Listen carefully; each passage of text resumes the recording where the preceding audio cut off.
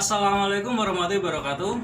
Perkenalkan, nama saya Ma'ruf Valeris. Saya dari Tadis IPA YIN Kudus. Nah, di sini saya akan menjelaskan sebuah materi. Tapi sebelum itu saya akan menampilkan sebuah gambar. Bisa diperhatikan gambar di samping saya. Yang pertama, ada gambar orang mencuci. Yang kedua, ada gambar orang membuang sampah sembarangan. Yang ketiga, ada gambar sungai bersih. Nah, sekarang saya mau bertanya. Ketika air bekas cucian itu mengalir ke sungai, dan ketika sampahnya dibuang sembarangan ke sungai, apa yang terjadi pada air sungai tersebut? Kira-kira ada yang tahu gak apa yang terjadi? Iya, benar banget. Air pada sungai tersebut akan tercemar, sehingga akan mengganggu ekosistem air tersebut dan mengganggu lingkungan sekitar, dan dampaknya juga kembali kepada manusia itu sendiri. Nah, dari gambar yang saya tampilkan tadi, pasti kalian sudah tahu materi apa yang saya akan jelaskan pada video kali ini. Ada yang tahu kira-kira apa? Ya, benar banget. Materinya adalah pencemaran air. Nah, dapat diketahui bahwa air itu adalah sumber daya alam yang dibutuhkan oleh manusia. Tanpa air bersih, manusia tidak bisa minum, mencuci, dan lain sebagainya. Selain sebagai kebutuhan manusia, air juga dibutuhkan oleh makhluk hidup seperti hewan dan tumbuhan untuk berkembang biak. Nah, adapun tujuan dari materi pencemaran air ini. Yang pertama, peserta didik dapat menjelaskan pengertian pencemaran air. Yang kedua, peserta didik dapat menganalisis penyebab pencemaran air. Yang ketiga, peserta didik dapat menganalisis dampak dari pencemaran air. Yang keempat, peserta didik dapat memahami cara menanggulangi pencemaran air. Nah, sekarang kita masuk pada materi yang pertama, yaitu pengertian pencemaran air. Nah, pencemaran air itu sendiri adalah masuknya komponen, energi atau zat tertentu ke dalam air, sehingga mengakibatkan kualitas air itu turun sampai ke tingkat tertentu dan tidak bisa digunakan sesuai peruntukannya. Nah, zat-zat tersebut itu bisa berupa limbah, sampah, maupun bahan-bahan beracun seperti pupuk dan pestisida. Pencemaran air terjadi akibat buruknya pengolahan sampah dan limbah, sehingga zat-zat yang tidak diperlukan itu justru dibuang ke air seperti sungai dan laut. Adapun sumber pencemaran air, kebanyakan itu berasal dari limbah rumah tangga atau sampah rumah tangga, dan juga limbah pabrik yang sengaja dibuang ke wilayah perairan. Nah, pencemaran air itu ada beberapa, yaitu pencemaran air laut, pencemaran air tanah, dan air sungai, serta danau. Nah, adapun ciri-ciri air yang tercemar, yaitu dapat dilihat dari warna, bau, dan juga rasanya. Selain itu juga, air yang tercemar juga bisa diukur dari derajat keasamannya dan jumlah mikroorganisme dalam air. Namun, untuk mengukur apakah air tercemar secara akurat, maka perlu dilakukan penelitian lebih lanjut. Nah, sekarang kita masuk ke materi yang kedua, yaitu penyebab pencemaran air. Nah, yang pertama itu sampah. Banyak sekali ya kasus yang mencuat tentang ikan hiu yang di dalam perutnya itu berisikan sampah. Hal ini sangat menunjukkan betapa besarnya dampak dari ulah manusia yang membuang sampah sembarangan, apalagi yang dibuang ke sungai dan laut.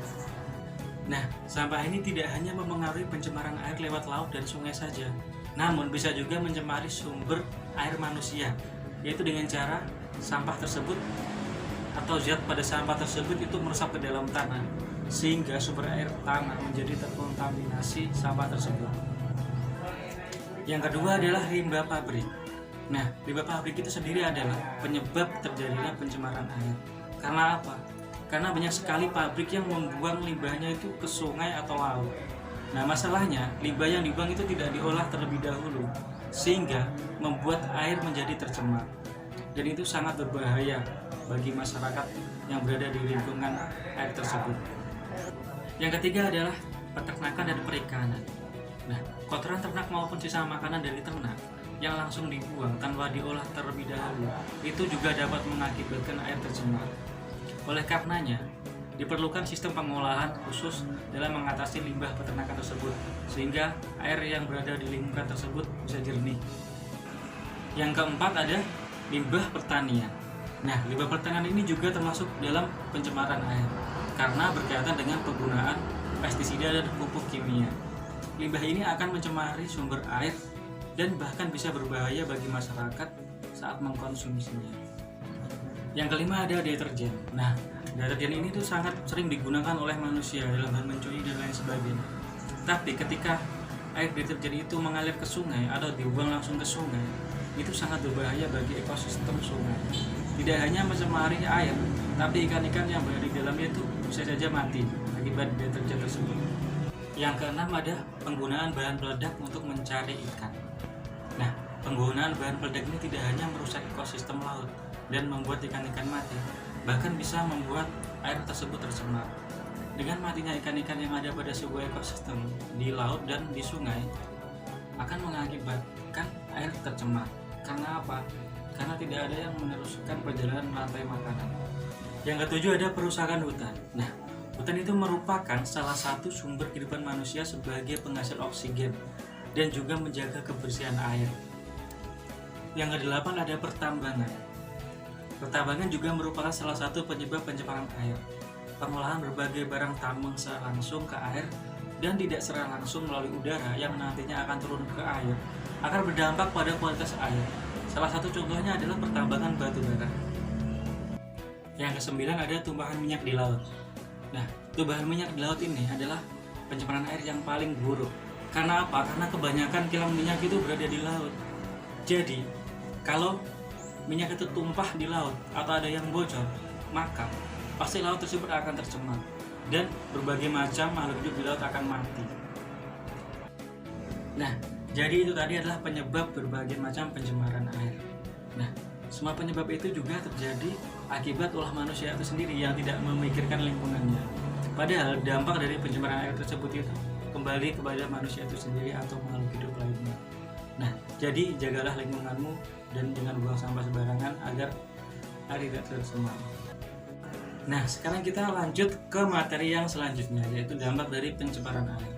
Tentunya kalian pasti sudah tahu ya, dampaknya itu sangat besar dan pasti dampaknya itu kembali ke manusia itu sendiri. Selain kepada manusia itu sendiri, dampaknya juga dapat merusak ekosistem di perairan. Nah, berikut dampaknya dari pencemaran air.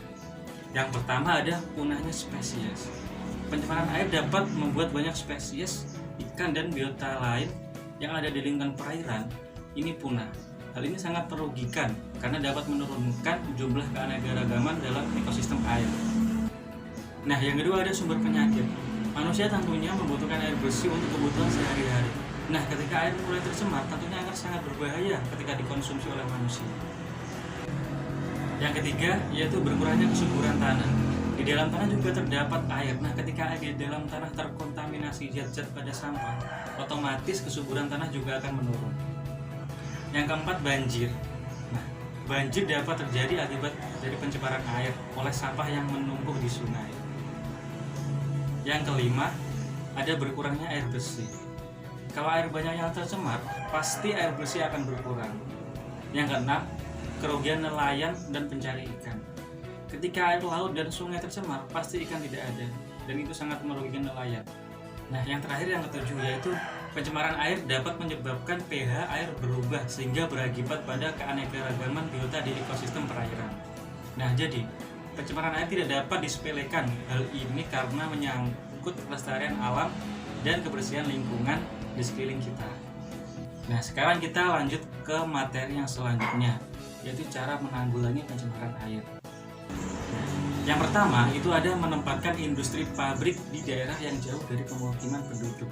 Hal ini untuk mencegah pencemaran lingkungan baik pencemaran udara, air, dan darat agar penduduk di sekitar juga aman.